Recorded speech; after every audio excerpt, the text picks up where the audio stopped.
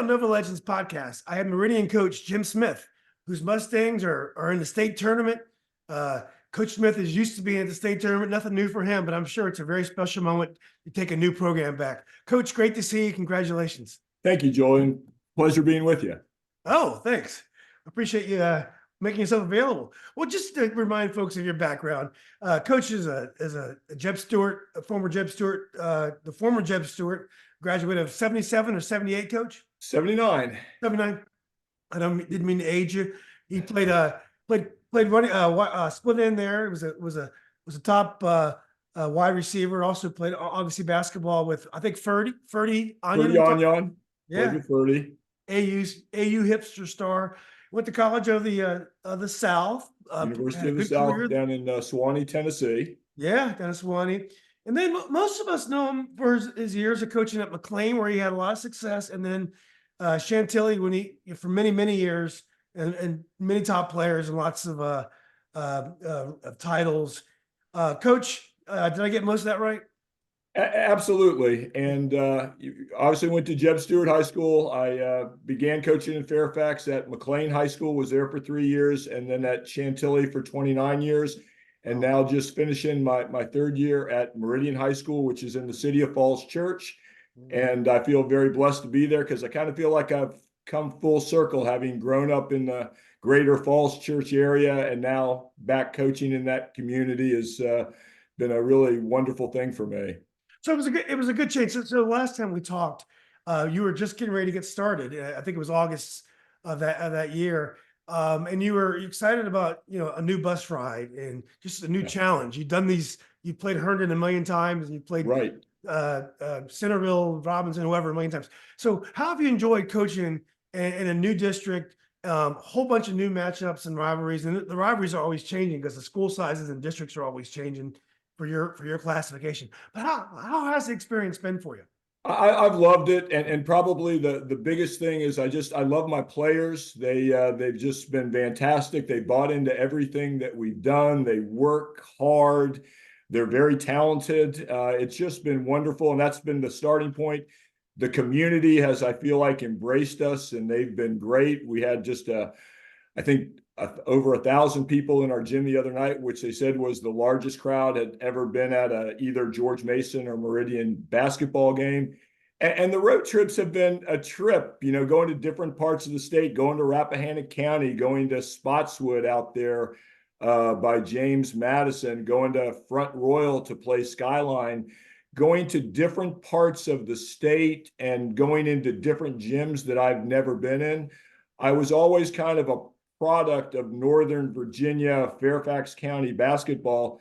Now I feel like I'm more connected to the entirety of Virginia basketball. So that's kind of been a cool thing for me. Yeah. Well, let's talk a little bit about this team. You mentioned how much you love these players, and you had a very experienced team coming back. I know you had a Grant Grenier, who was your post player, and you had a sophomore point guard, had a lot of promise, Dalen Martino, coming into the season. How did you know this season you'd have a chance to get to the state tournament? And how has the season gone? It's gone. Well, even going back to last year, we played a lot of young talented players, and they got a tremendous amount of experience last year. I think we were 16-8 last year, and made it to the Final Four of our region, and then we returned 12 of 13 players. So we only graduated one senior. So we had a very good core coming back. And then the kids have really worked hard. We took about a month off from last season, and then we were back in the gym. We played in spring and summer leagues against, the 6A teams here in Fairfax, had success at a team camp we went to. And so the kids have really put the time in. And the thing that I'm probably the most proud of, Julian, the starting five that we kind of imagined would be the core group this year only played 16 minutes together due to injuries. We've had like one player after another go down this year, and we've had so many different starting combinations, so many different kids step up and play. Just really proud that so many kids have worked hard to be able to contribute at a high level for us this year. Yeah, that sounds awesome, Coach. One thing I did notice that you won most of your games quite comfortably. Has it been hard keeping your team sharp? Now at Chantilly, no matter how much talent you had and how good your team was, those matchups are always going to be competitive because you have so many rivalry games, and no matter how good you were, they were going to punch you in your face and give you a good competition.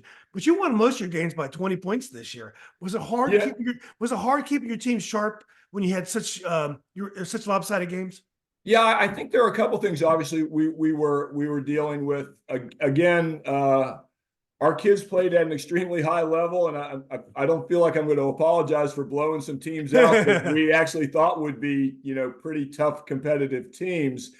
And then also like almost like everyday practice, felt like we were showing up and we kind of had to reconfigure the Rubik's cube. Okay, who are we starting this game, and who are we going to bring off the bench, and what kind of continuity do guys know where they're supposed to be when we're sliding guys into maybe a different spot than they had been previously. So again, dealing with the continuity issue was challenging this year, and I give our players all the credit for that. Would I have liked to have had a couple more really tough competitive games? Yeah, perhaps. But the bottom line is we want it to be in a situation where at the end of the year, um, we were playing home playoff games. And it's kind of interesting how we do it in 3A with the PowerPoints. You get so many for winning and so many for losing. And if you lose to the wrong team, it can be very devastating in terms of the lack of power. Literally, one game could slide you from 1 to 3 in terms of your seed. So there's lots of different variables you deal with. Yeah, certainly, I think you would like to have had a couple tougher games to prepare you. But getting those games at home, especially even though we lost to James Monroe, we would much rather have played James Monroe in Falls Church in a regional final than in Fredericksburg. So it's kind of a balancing act, I think you deal with, which is kind of interesting for me and maybe keeps me thinking. And as I look into next year, will give me some things to think about in terms of putting our schedule together. Yeah. Oh, plus the home game gave your home supporters a taste of what that's like. I mean, Meridian's in state in a lot of different sports, but it's great to have a packed gym and a state and a regional final atmosphere.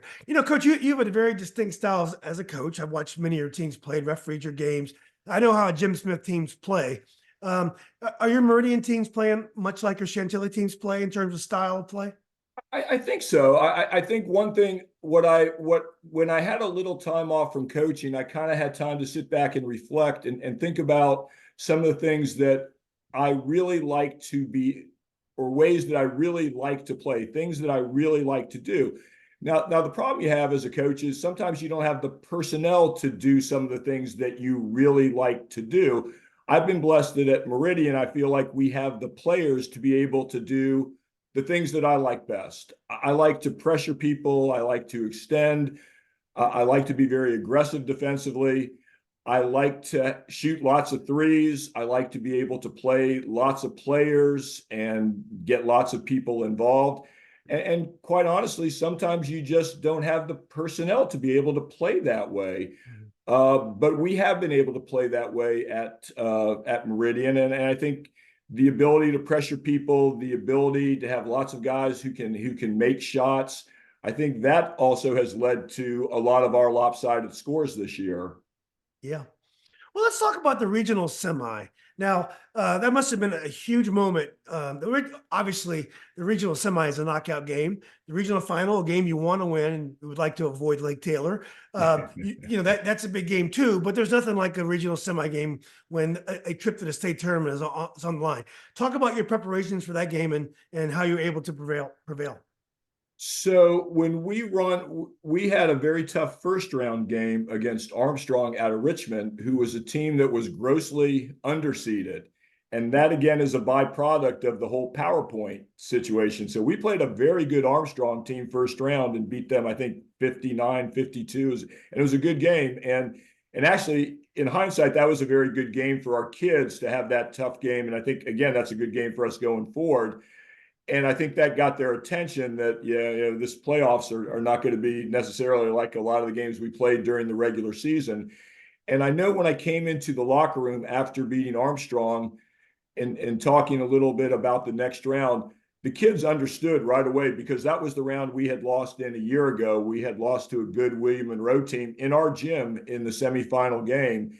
And just simply bringing up last year, I think immediately got their attention, got their focus. So I didn't have to explain to them, the stakes of this game and what it will feel like if you don't win this game. So I think that was very important for us to having been there the year before in that core group back.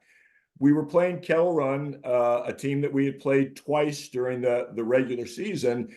And the challenge there for us, I felt we had beat Kettle Run pretty handily both games, but they had improved a lot during the season. They had beat Skyline, who has been a very good team in our league for a number of years. They beat Skyline second time that they played them, and then they had won at Handley, which is a very, very good program and a very tough place to play. So Always been good. yes, and we had a good game with Handley as well. So we knew Kettle Run had the capacity to play well against us, and the concern was their Kettle Run's big, three guys over 6'5". We are not big, and so if they could turn it into a half court game and pound the ball inside and get us on the glass, it had the potential being one of those 56, 52 slog it out kind of games that we didn't want to be in. So, making sure our kids knew that we really had to play with a lot of energy. We had to pressure these people. We had to make the game fast. Again, things that we had done all year, but just kind of reinforcing how we want to play. I think that was the main thing in preparation, getting the game the speed that we wanted it to be. Yeah. Well, how did you feel about the final? Actually, obviously, James Monroe is coming up to your gym, and maybe the biggest crowd in school history. Fell a little short. Did you feel comfortable with your effort in that game? We had kind of tracked them all year, and we had kind of known. My son Bob on my staff does a great job. You can ask Bob about anybody in the state from 1A to 6A, and he'll be like an encyclopedia and tell you what he averages. So he had been telling me about James Monroe since the beginning of the season, and I'm like, Bob, I'm not going to look at any film of them until we're actually playing them. But he had been tracking them, telling me how good they were. They have a freshman who is absolutely a fantastic player, and they had a good returning core as well that he just added to. So we knew that they were going to be a very, very good team, a very dynamic offensive team. And I kind of felt like it was one of those games where, and I still feel like if we play them 10 times, it's going to be 4-6 or 5-5 because the teams are very evenly matched. And I kind of felt like this game, the difference was, we had shot the ball very well from three the previous game. I think we were 9 for 20 from three. And this game, we were 4 for 24. And a lot of the same shots. The shots went down on Tuesday. They didn't go down on Friday. And that's kind of basketball. And but give them a lot of credit. They came into our gym. They played a good game. We got 3 fouls on the freshman early, but we could never get the fourth or much less the fifth called on him. So, and he had a nice game. He had 27. But then their other kids, when we tried to double him, their other kids stepped up and make plays. So, they got up and we were battling back the whole way. I think we cut it to 1 with 40 seconds left, and then we had a three with 15 seconds left from a kid who shoots about 41% from three, and he got a good look and just didn't make it. And again, kind of feel like we'd love to win that game, but I was proud of our effort and just kind of fell short that night. Yeah. Well, the season moves forward. Let's talk about Lake Taylor a little bit. Now, Lake Taylor, reminiscent of 1992 when you're playing against Kurt Staples and Patrick Henry. Oh, wow. Yeah.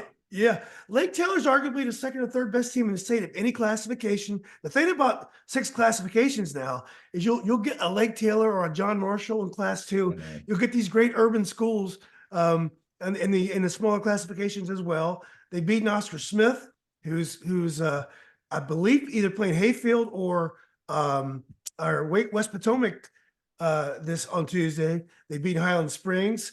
And they beaten Cardozo, who was second in the inter high. It is a tough matchup.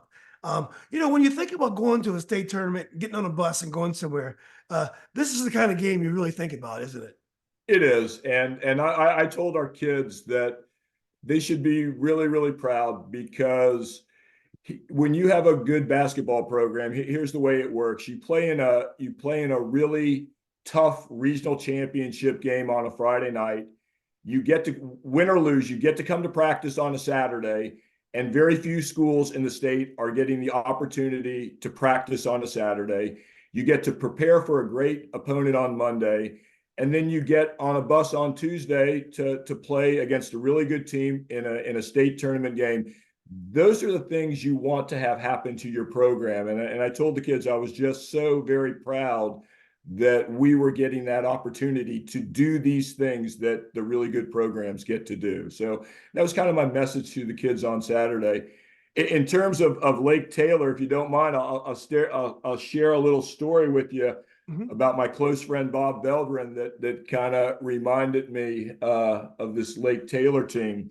And I would say Lake Taylor is not the second or third best team in the state. I would argue they're the best team in the state. Mm. Um, I was looking at film of them just the other day, and I was reminded years ago when Bob Veldrin and I talked on the phone. He was playing a regional final against South Lakes when Grant Hill was there, and I asked Bob, what'd you think looking at the film? What'd you think of South Lakes? And he always called me Jimmy because people who knew me as a little boy would refer to me as Jimmy Smith. And he said, Jimmy, when I looked at the first quarter of that film, my hand was shaking so much and I was so scared that I just turned it off and didn't watch anymore because they're that good. And that's kind of how I felt watching Lake Taylor. They're that good. Mm. What's their style of play? What do they have? They're big inside. They go 6'9", 6'10". The 6'9" kid, maybe he's 6'8", because maybe he's 6'8", but he looks gigantic on film. He signed a full scholarship. He's going to be the tight end at University of Miami next year, the 6'8" kid. So they have great length and athleticism inside. They pressure you. They run a number of different pressures, zone and man. They get after you. They extend the floor. You absolutely cannot score the ball inside against them because of their size inside. If you try to attack inside, it just might as well be a turnover. And then they're a little bit old school in the half court. They have the two bigs, and they play inside out. And I don't know how you keep them off the glass. I've seen really good teams playing against them on film who cannot keep them off the glass. So I mean, their guard play is very good, but the bigs just jump out at you on film. Mm. Was that scouting report from your son? Because it sounds like something that Rusty Payne could have put together. I think I'm getting ammunition and information from a lot of different camps, so that could be as well. Well, that's great. Rusty, we miss him. He's in Texas now with a work change. So, but he's still a very big fan of Northern Virginia basketball. I'm sure we're not getting rid of Rusty anytime soon. No, And I'm glad you mentioned that you're going to practice on Monday. Are you going to get off the bus and play the game Tuesday? Or are you going to ride the bus down there on Monday night? No, we're going to go down Tuesday. We'll leave. We'll get them out of school early, and the City of Falls Church has got a nice charter bus for us. We'll get a little lunch at school, and then we'll get on about 12:30. Hopefully get down there to school about 4:35. It's a 6 o'clock tip, so it is an earlier tip, and then we'll play the game, and we'll get on the bus and come home, and hopefully have the boys back in school the next day. Yeah, yeah. Well, if they win, they might be celebrating late into the night. So it reminds me this story going to Lake Taylor reminds me of something. I listened to an interview with Larry Bird, and they were discussing Indiana basketball, whether or not they should have consolidated they used to have one class, one state titleist for all the schools. Now they have, I think, four, like most states. There's more than one title, and it's roughly divided by school size. And what Larry Bird had said, and I thought was fascinating, was that they didn't have any expectation that they had to win a state title. They wanted the opportunity to play the best teams. Right. For Larry Bird and what was the Valley? I think his high school was Valley. I've got something Valley, not Loudon Valley, but something Valley, Hidden Valley. I don't know. Anyway, they're in Terre Haute, right? Yeah, and Terre, yeah, exactly. Yeah. At least Indiana State is. But anyway, he said the opportunity to play those great teams is all they wanted. And it's great for the kids from Meridian, nestled in the middle of surrounded by Fairfax County and Falls Church to get the opportunity to play at that level. And coach, I just want to wish you the best. I'm so happy for you. Thank you, Julian. Everyone in Northern Virginia, the basketball circles, we love you. So we're really happy that you're finding success. Nobody's surprised, but yeah, hopefully if you guys get by Lake Taylor, you'll come on and we can preview the next game.